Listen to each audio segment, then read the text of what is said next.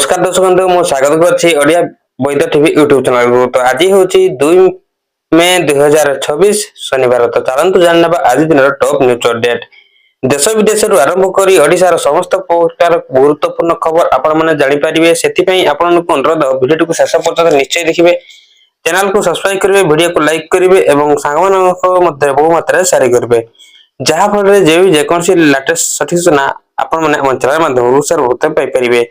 तो चलंतु ना डेरी न करी संपूर्ण खबर पर नजर पकाइबा। सूचना मिलछि बढ़िला सिलिंडर दाम बदलिला एही सब नियम ग्राहक को पकेट ऊपर बड़ प्रभाव। सूचना अनुसार 1 मई देश रे अनेक गुरुत्वपूर्ण परिवर्तन कार्यकारी हेबाकू जाउछि। एगुडी को आपन को घर रो रसोई घर यात्रा एवं मोबाइल गेमिंग ऊपर सीधा सड़क प्रभाव पकाइबो। एलपीजी सिलिंडर सबुदिन पर मे 1 तारिख रे तैल कंपनी गुडी घर एवं वाणिज्य गैस सिलिंडर पई नूतन मूल्य प्रकाश करा जायछि। अंतर्जातीय असाधित तैल मूल्य धारा आधार रे मूल्य निर्णय कर जाय। 1 मई 2026 ठारे वाणिज्य एलपीजी सिलिंडर मूल्य प्राय 993 टंका वृद्धि करा जायछि। दिल्ली मुंबई समेत देश रे अनेक शहर रे वाणिज्य एलपीजी मूल्य हेबे 3000 अतिक्रम करछि। तथापि घरे गैस सिलिंडर मूल्य अवरोध वृद्धि करा जाय नहीं।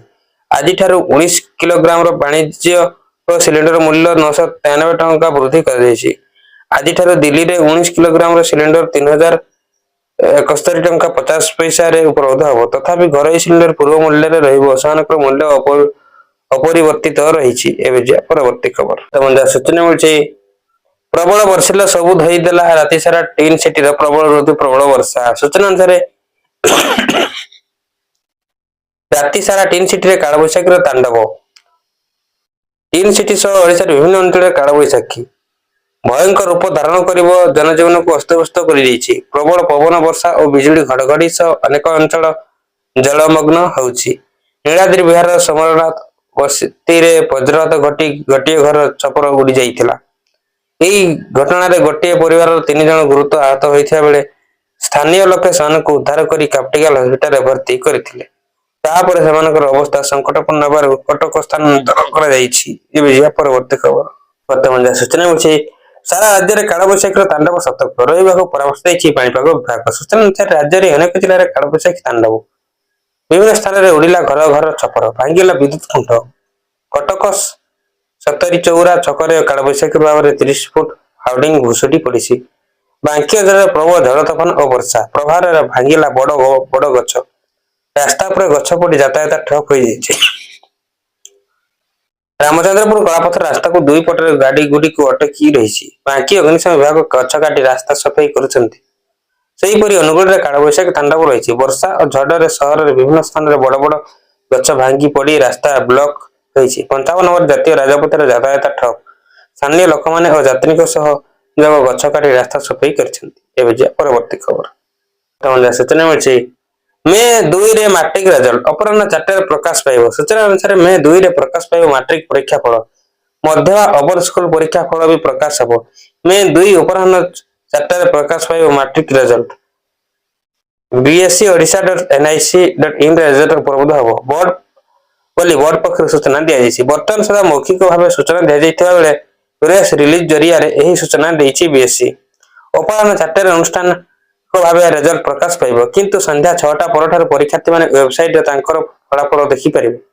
चलित वर्ष प्रथम थर पई जेउ सर्टिफिकेट और मार्कशीट दिया जिवो सेगुडी की इंग्रजी सह ओडिया रे लिपिबद्ध हबो। छात्र छात्री मानक मध्य याको एक नै उत्साह देखा दैछि। रिजल्ट दिन सर्वर टिके समस्या देखा जाए। जेउ स्थान रे इंटरनेट सुविधा नै सेठार छात्र छात्री माने एसएमएस माध्यम रिजल्ट पाइ परिबे बोली बोर्ड पक्ष सूचना दिया जायछि। चलित थर राज्य रे मोट 3082 टी परीक्षा केंद्र रे प्राय 5,61,000 छात्र छात्री मैट्रिक परीक्षा दैछन्ति। एबे परवर्ती तमजा सूचना मिलछि $126 छुइला असाधित तैल। ईरान कहला $140 खूब शीघ्र। सूचना अनुसार हॉर्मुज रे जारी नाकद बंदी मध्य गुरुवार असाधित तैल दर 4 वर्ष रेकॉर्ड भांगी दैछि। कारबार मझिरे यह बैरेल पिछा $124 पहुंची जाइथिला। पर एथिरे अवश्य सुधार देखिबाकू मिलिछि, किंतु युद्ध नथिबा जाय तैल दर रे अस्थिरता जारी रहिबो बोली आशंका करछथि बाजार विशेषज्ञ।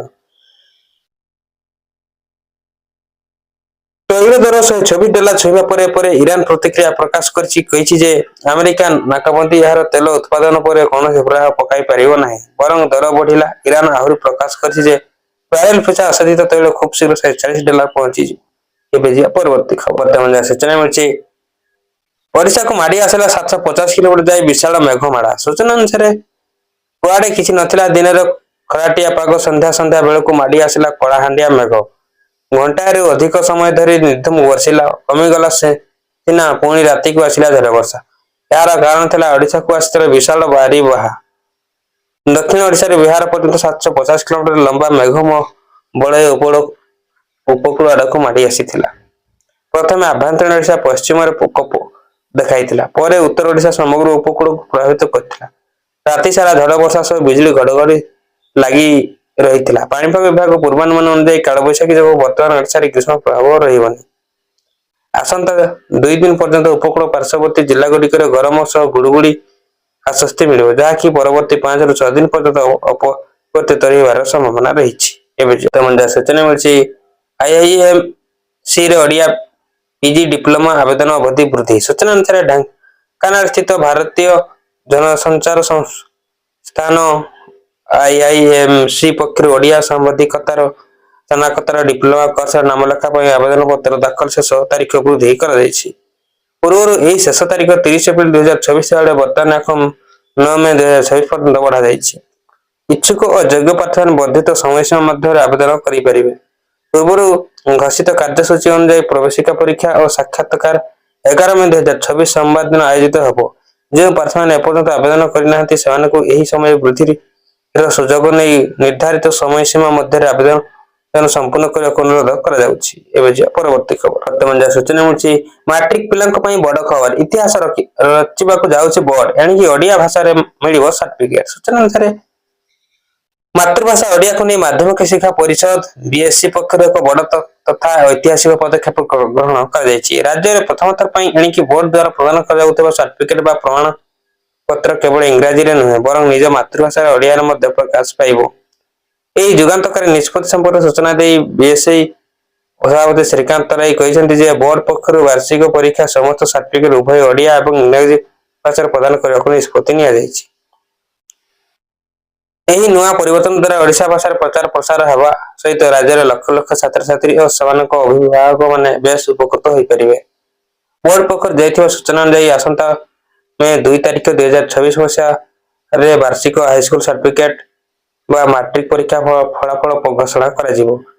କେବଳ ରେଗୁଲାର ମାଟ୍ରିକ ନୁହେଁ ବରଂ ଟେଷ୍ଟ ଓପନ ସ୍କୁଲିଂ ସାର୍ଟିଫିକେଟ ଏବଂ ମଧ୍ୟମ ପରୀକ୍ଷା ଫଳାଫଳ ମଧ୍ୟ ସେହି ଏକା ଦିନରେ ପ୍ରକାଶ ପାଇବ। ଏବେ ଯିବା ପରବର୍ତ୍ତୀ ଖବର। ସୂଚନା ମିଳିଛି ସିଇଡବ୍ଲ୍ୟୁର ସତର୍କତା ଘଣ୍ଟି, ପ୍ରତିବର୍ଷ 40 ଦିନ ଅଧିକ ହିଟ୍ ଡେ, ଆଗାମୀ 20 ବର୍ଷ କିପରି ରହିବ ପାଗ। ସୂଚନା ଅନୁସାରେ ଜଳବାୟୁ ପରିବର୍ତ୍ତନ କାରଣ ଆଗାମୀ ଦିନରେ ଭାରତ ପାଣିପାଗର ବଡ ଧରଣର ପରିବର୍ତ୍ତନ ଦେଖିବାକୁ ମିଳିବ। ଜଳବାୟୁ ପରିବର୍ତ୍ତନ ଉପରେ ନଜର ରଖି ଆସିଥିବା ସଂସ୍ଥା CW council for energy environment and water ଏହାକୁ ନେଇ ଏକ ରିପୋର୍ଟ ଜାରି କରିଛି, ଯେଉଁଥିରେ କୁହାଯାଇଛି ଯେ ଆଗାମୀ ଦିନରେ ଗରମ ଦିନ ସଂଖ୍ୟା ବୃଦ୍ଧି ପାଇବ।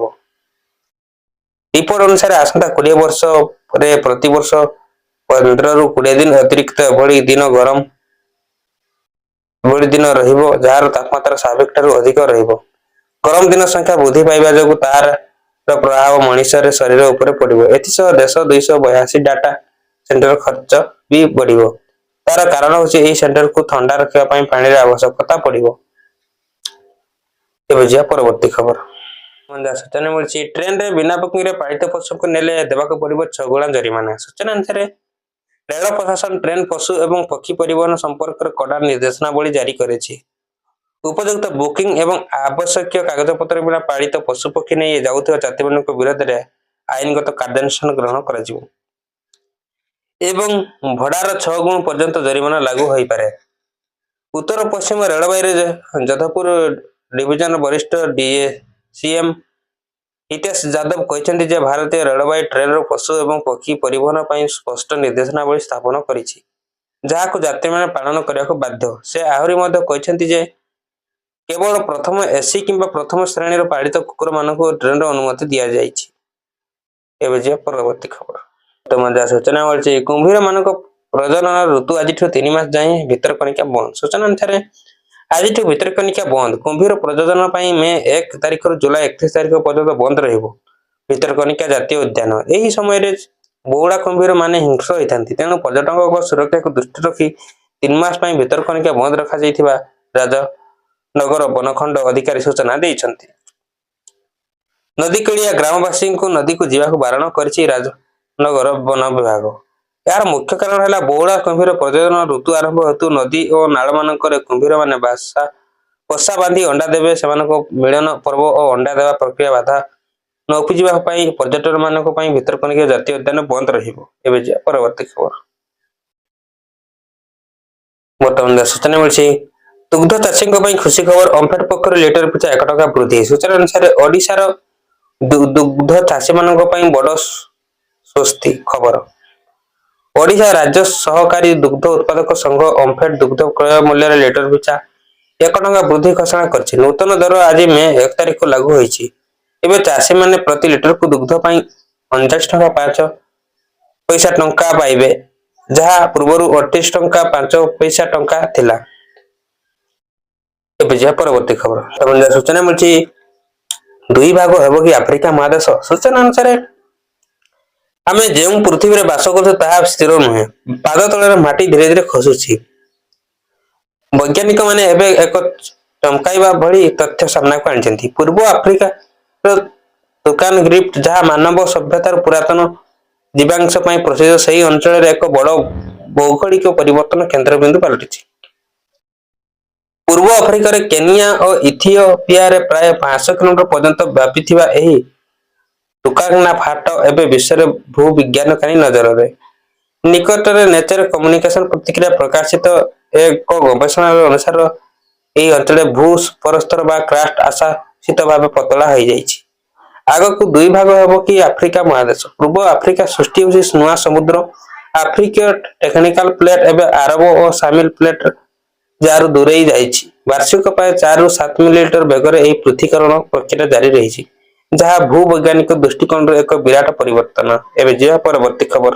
ସୂଚନା ମିଳିଛି ସରକାରୀ ଚାକିରିଆଙ୍କ ଆଶାୟୀଙ୍କ ପାଇଁ ଖୁସି ଖବର। ଆରବିଆଇ ଆଣିଲା ବଡ଼ ନିଯୁକ୍ତି, ଦରମା 1,50,000 ଟଙ୍କା। ସୂଚନା ଅନୁସାରେ ଯଦି ଆପଣ ଭାରତୀୟ ରିଜର୍ଭ ବ୍ୟାଙ୍କ ଆରବିଆଇରେ ଚାକିରି ପାଇଁ ସ୍ୱପ୍ନ ଦେଖୁଛନ୍ତି, ତେବେ ଆପଣଙ୍କ ପାଇଁ ଏକ ବଡ଼ ସୁଯୋଗ ଆସିଛି। ଆରବିଆଇ ଜେନେରାଲ ଡିମ୍ସ ଏବଂ ଡିପର ବିଭାଗରେ ଗ୍ରେଡ୍ ବି ଅଧିକାରୀ ନିଯୁକ୍ତି ଏକ ବିଜ୍ଞପ୍ତି ଜାରି କରିଛି। ଆବେଦନ ପ୍ରକ୍ରିୟା ଏପ୍ରିଲ 29 ତାରିଖରୁ ଆରମ୍ଭ ହୋଇଥିବା ବେଳେ ଶେଷ ତାରିଖ 20 ମେ 2026 ରଖାଯାଇଛି। ଯୋଗ୍ୟ ଏବଂ ଆଗ୍ରହୀ ପ୍ରାର୍ଥୀମାନେ ଆରବିଆଇର ଅଫିସିଆଲ ୱେବସାଇଟ rbi.org.in ମାଧ୍ୟମରେ ଆବେଦନ କରିପାରିବେ। ଆରବିଆଇ ସାଧାରଣ ଡିଏସ୍ଆଇଏମ୍ ଏବଂ ଡିପର ବିଭାଗ ମୋଟ 60ଟି ପଦବୀ ପାଇଁ ନିଯୁକ୍ତି ଘୋଷଣା କରିଛି, ଯେଉଁଥିରେ କି 40ଟି ଗ୍ରେଡ୍ ବି ଅଧିକାରୀ, 10ଟି ଅର୍ଥନୀତି ଏବଂ ନୀତି ଗବେଷଣା ବିଭାଗ, ଡିପର ଗ୍ରେଡ୍ ବି ଅଧିକାରୀ ଏବଂ 10ଟି ପରିସଂଖ୍ୟାନ ଏବଂ ସୂଚନା ପରିଚାଳନା ବିଭାଗ ଡିସିମ୍ରେ ଗ୍ରେଡ୍ ବି ଅଧିକାରୀ ପଦବୀ ଅନ୍ତର୍ଭୁକ୍ତ। ଏବେ ଯିବା ପରବର୍ତ୍ତୀ ଖବର। ସୂଚନା ମିଳିଛି ମେକ୍ ଇନ୍ ଇଣ୍ଡିଆ ଆଇଫୋନ କଲା ନୂଆ ରେକର୍ଡ। FY26ରେ ରପ୍ତାନି 2 ଲକ୍ଷ କୋଟି ଟଙ୍କା କଲା ଅତିକ୍ରମ। ସୂଚନା ଅନୁସାରେ ଭାରତରେ ଦ୍ରୁତ ଗତିରେ ଏକ ଉତ୍ପାଦନ କେନ୍ଦ୍ର ହେବାକୁ ଯାଉଛି ଏବଂ ଆପଲ ଆଇଫୋନ ଏହାର ଏକ ପ୍ରମୁଖ ଉଦାହରଣ। ଏକ ରିପୋର୍ଟରୁ ଜଣାପଡ଼ିଛି ଯେ FY2024 ଭାରତର ଆଇଫୋନ ରପ୍ତାନି ରେକର୍ଡ 2 ଲକ୍ଷ କୋଟି ଟଙ୍କା ଅତିକ୍ରମ କରିଛି। ଏହା ସହିତ ଆପଲ ଦେଶର ସର୍ବବୃହତ ସିଙ୍ଗଲ ବ୍ରାଣ୍ଡ ରପ୍ତାନିକାରୀ ହୋଇଛି। ଏହି ସଫଳତା କୋଡ୍ ପ୍ରୟାର୍କ ଅଧୀନରେ ସମସ୍ତ ପ୍ରମୁଖ ବର୍ଗରେ ହାସଲ କରାଯାଇଛି, ଯାହା ବିଶ୍ୱ ସ୍ତରରେ 1000ରୁ ଅଧିକ ଡ୍ରେଟ୍ ପ୍ରଡକ୍ଟ ଗ୍ରୁପକୁ କଭର କରେ। ଏହି ମୂଲ୍ୟାଙ୍କନ ବାଣିଜ୍ୟ ଏବଂ ଶିଳ୍ପ ମନ୍ତ୍ରାଳୟ ଦ୍ୱାରା ପ୍ରକାଶିତ FY26 ଏପ୍ରିଲ ଫେବୃଆରୀ ମାସରେ ରପ୍ତାନି ତଥ୍ୟ ଉପରେ ଆଧାରିତ।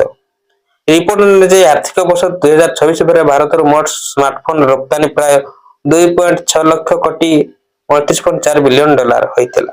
ଏହା ପରବର୍ତ୍ତୀ ଖବର।